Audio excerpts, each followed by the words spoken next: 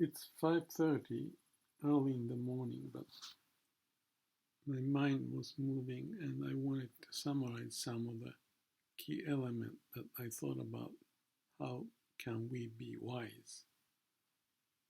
And it's too much for me to summarize anything of this subject, but being wise actually is like the ability to synthesize ideas from whatever we have accumulated. So it's kind of like a deep learning or AI, that you have access to those huge amount of memories within ourselves, as if you connect to what you do in your mind with a little bit of a cache memory, which is like a temporary memory, and process it. It's limited.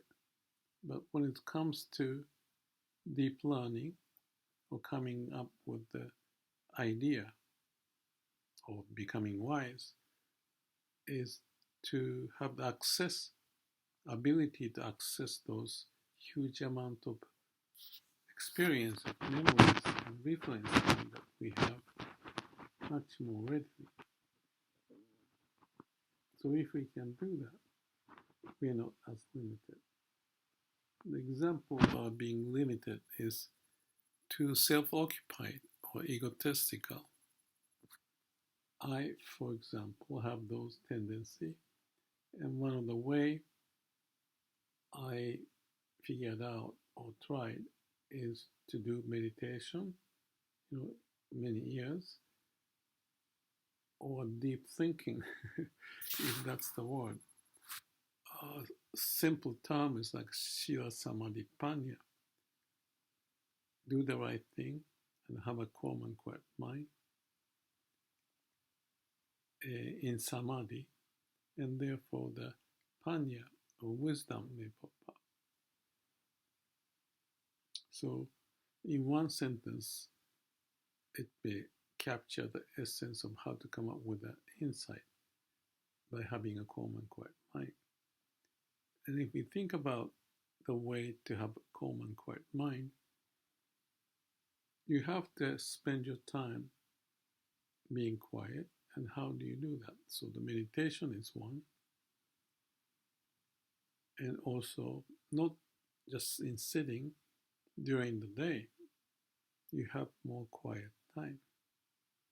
And if you get the idea of how the wisdom or idea pops up, whether it's spiritual issue or anything to do with the sports, art, any work, anything we do, even the kids learning, and maintain that ability to be curious and not giving up because of questioning and curiosity. If you keep doing this, having that attitude to have a way to access the deep learning, the memories that we've got,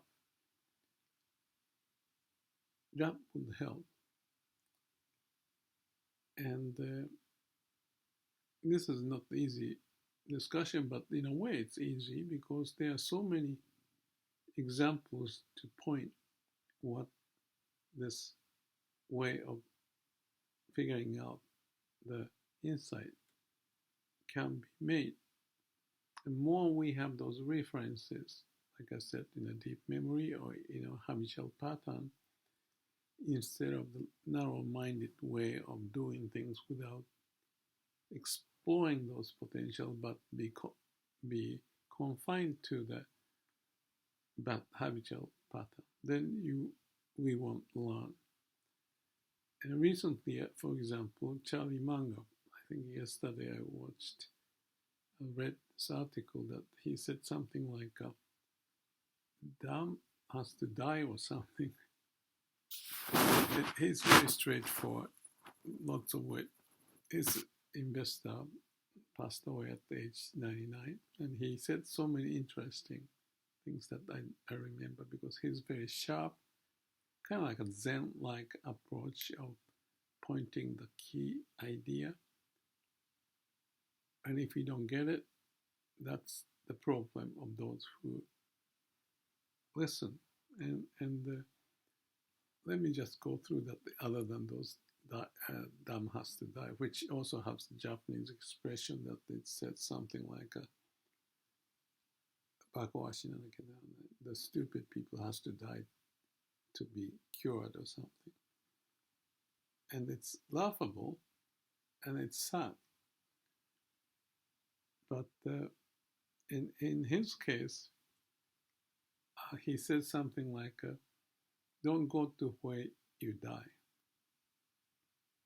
Have lots of models so you can capture the essence, or you have multiple viewpoints that you see things better and learn from the mistakes. And there are many words that I picked up. And it takes time to get what he's saying, but he's only explaining few words. And it's kind of like a Zen koan. If you don't have a curiosity of what he's talking about, what the koan means, you just stay at the level where you are. And therefore, there's a limitation, and therefore, because of the habitual pattern, you have to die. And that's the evolution of humans, that we have to die to be evolving. In his case, he lived almost 100 years old, practicing this idea, not going to where he may die, and had a seem like an interesting life, like a Zen monk-like attitude. So, how to deal with the habitual patterns that we have developed with the curiosity? And if you think about the cases of those who was awakened, if I use the word, there's certain common trait. In Charlie Munger's case, he had the influence from people that he learned a lot from, like Ben Franklin is the one he always comment. And he also comment that some stupidity that happened that never learned. And his example was Mozart, that he just a wonderful talent but died young because he didn't handle the money and the fame in the right way, because of whatever the habitual pattern. But he has a great skill in one area of music, but not the great skill. So you have to have a good balance and still have the ability not to go where you die. So I can have references, and the way I hope I can share and also to convince myself in this is to give those examples, not just Charlie Munger, not just Mozart, not just the stupid people has to die kind of comment and the koan and the Zen, but perhaps even like a Picasso who said, I don't look for it, I don't seek for it, I find. So let's start from that one. What I indicated in one of the videos too, I believe, is that the comment is very insightful. I do not seek, I find. If you are seeking, you're confined with the way of your habitual pattern, which if you want to evolve them and go beyond, have to stop. That's counterintuitive because you have tools that you can use it, so why don't you use it? But if it's the tool is egotistical or not in line to what I call the laws of nature, then you're blocking yourself. So let's look at this example of I find, not I seek. Okay, so I use the word deep learning, and the other word that I can think of is be conscious of unconscious. I share this in the various videos. The point is that in consciousness is all the big data. And if we have access to it, it brings out the wisdom. And Carl Jung was using that word, conscious of unconscious. But in Zen, there's the same terminology, exactly being conscious of unconscious. I remember in Japanese, but it doesn't help you, but that's the same, muishiki no ishiki. So that there's the ishiki, the consciousness, there's the unconsciousness down deep. If you're limited in the way of the short-term memory and the mind, and not having access to the heart or the body or the accumulation of memories that is available, you are limiting to just live in your mind. That's why Zen talk about, or the Buddhism talk about no mind, no self, go beyond. And for that, meditation is a way, or without even sitting, if you focus on breathing, breathe in, breathe out, like now. Instead of me trying to rush to tell you something, I'm letting things to come up from my unconscious. And the way to do it is the Shila Samadhi Panya. In that Samadhi state is the connection to the heart. That's what I call it. Calm and quiet mind equate to no thinking. You give a space, time of no thinking in the mind. Breathing. You focus on breathing. When you're focusing, you're paying attention to the breathing or the body, inner body sensation, whatever the way you want to call it, but the breathing is the easy way. Or heartbeat, or it doesn't matter, it could be just the sound of the wind chime or beautiful scenery that catches your mind, and you're empty, no mind. And what happens at the no mind? You're like a child. You're not confined to your thinking that is already captivating you to work on something, but rather be open. Then, the idea popped up. The example, benzene, this is the chemical that someone, I forgot his name, from Europe, that came up with the idea was that he was thinking of the formation of the atomic, what's the word, combination of certain chemicals to bring out this material, benzene. And one night he had a dream of a snake. I think that was the case. That snake was chasing his tail or something. And whatever the way it happened, that turned out to be those, I think, octagonal or whatever the form of the benzene structure, combination of the hydrogen, oxygen, whatever the form, and carbon, I don't know exactly. But he thought, and his mind couldn't go solve the problem. So one night he was sleeping, and the dream popped up with this snake chasing his tail. And instead of a more of a linear way, but he tied the whole benzene structure in certain way so that it's kind of like a circular, if you may call that. My expression is not good. But that turned out to be the atomic structure that he was looking for to solve the problem. So that's an aha moment. But in this case, he was sleeping and dreaming. Just like I thought about saying something about this on the YouTube, because I had lots of ideas and I could synthesize. So idea is a combination of different elements to put together in a unique fashion. So you have to do beyond what you typically think in the mind, but to be calm and quiet, sometimes sleeping, sometimes dreaming, sometimes just being conscious of unconscious. And then the Shila Samadhi Panya, the space that you have with a calm and quiet mind, no self, you are unlimited for the potential to suck up all the potentials from within, deep in your unconsciousness.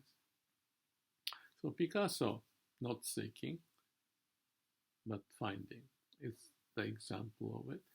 It's a synthesizing of the different, seemingly unrelated elements put together to come up with a new insight. That's wisdom. So whether it's the scientist or the artist or Zen monk or Charlie Manga, it's the same thing. You, in his world, for example, you have different models. So you can put those models to work, and then in doing so, you go beyond. Like I said, one of the examples, don't go where you die. And I thought that same applies to one of the book I wrote, was about the waste elimination. And in there, instead of looking for the profitability and use whatever the skill you got in finance or in whatever the skills in management and confined at the top, Toyota came up with this, or the Taichi Ono is the one who brought in this idea of waste elimination. Just deal with the things that's available in us and configure a way to reduce the waste. Then you come up with the system. And that's how he approached this. And every step of the way he learned this problem to be solved at the shop floor level, not at the high top management level. That was a very pragmatic way and doable with people empowered to do that. And that's how he came up with this lean concept or to the production system. And the one that I wrote was the book about that. Let me just make sure I have this going on. All right. Sorry. So that's also a way of accessing the unknown or unconscious from the top management organization's point of view, like breathing. Pay attention to what's going on and eliminate the waste. And I wrote a book about it.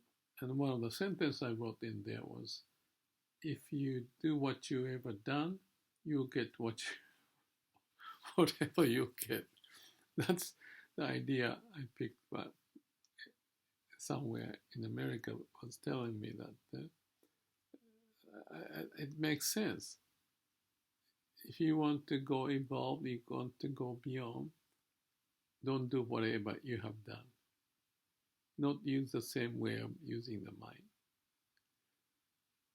So the picture I have actually just inserted is that if I think about Trump and Putin, I'm sure they have some skills to be able to be in the position, but I think they are very limited and self-occupied, some call narcissistic, that he's confined in the way, but he found it successful, so they think it's just the way to do it, even to the point of causing some troubles in the world. But they don't change because they know the tool they use, and it's powerful, so that they got to the level of those people who are following them, relating to whatever they're saying, but it's still limited. So there's a danger. So that it's not wise. Yet they use the trick, they know it works, so they do whatever they've learned and keep on doing it. And there are those who would fall, just like in the management. I said the top management knows the way how to use the finance and doing this, and then organize and run the company, CEO. Sometimes I know the examples, very opportunistic guy and smart guy in certain area, and capture those who can relate to that so that they get money and invest it. But I've seen many cases of the failure. So my work was to transform the organization, but without my talking about it. But we're using this lean data production idea, and I use the word the mini company idea, which is also empowering of the people within the organization instead of just doing at the top level. And I spent 40 years doing it. As much as I realized that the conscious of unconscious, knowing those potentials within, the organization can transform with the idea of the mini company. Each element of the organization would be empowered to do their own job without being told what to do. So there's a better way of organizing, and it's the eternal process of how human can grow. And I'm afraid that if we live long and if the Trump get eternal life or something, the Putin got eternal life and use of the AI to their own benefit and capture the audience, then the worst thing is that, well, I shouldn't call them stupid, but as relating to the Charlie manga, the stupid dumb people has to die. I'm saying we all have to die. That's the way of nature. That's how we progress as human. It's natural that we don't want to die. So if so, we have to be wise to live long. But if Kim Jong-un, the North Korea guy, and whoever at the authoritative dictatorship live long, I don't think that's good. And they are believers of those because they are successful to capture those audience in that way. But they may be missing something because there are certain top-down, CEO successful people, and they can be successful because they are so stubborn and with the insight, it may work. But the people within can go with it, and the company may succeed. But as evolution to take place in nature, we always have some limitation to go beyond, and that's the idea, to be wise to go beyond. So maybe I spend more than 20 minutes now, but few more examples. Triangulation, have a good reference. Ray Dalio, sorry, used the word triangulation. I fully agree that to come up with new ideas, you don't need to be just confined as the same form, same structure, the way you do, but also have different people's idea to synthesize. That is to come up with the new idea. Again, the conscious of unconscious applied in the organization development, people development. And for that, we need to have a humility and open to ideas. I think I have spent enough time on this. I hope we capture some essence personally too. That's why I'm doing this, because if I think it's meaningful, I want to do it. And if there are people who can listen, I like to share. I may not be good at bringing out those ideas in an effective, efficient way, but if there's a dream, if there's a curiosity, if there's a passion, and doing repeatedly, repetition is mother of the skill. And in that process, because it's a process, it's not just one idea. We have to keep using, applying, and gain confidence in that. Well, Charlie Manga lived almost 100. I don't know, in my case, if I'm stupid, I shouldn't live too long. But if I'm wise, maybe I'll find a way of not going to where I die. And if there's a way, and I'm sure there's a way, I'll keep working on this and keep sharing the idea that it's meaningful, I think, for myself and for those who may be interested. Thank you. Let's breathe in, breathe out, be empty minded, not to be confined, not be too self egotistical. May all being happy, be open, be comfortable, synthesize ideas, be conscious of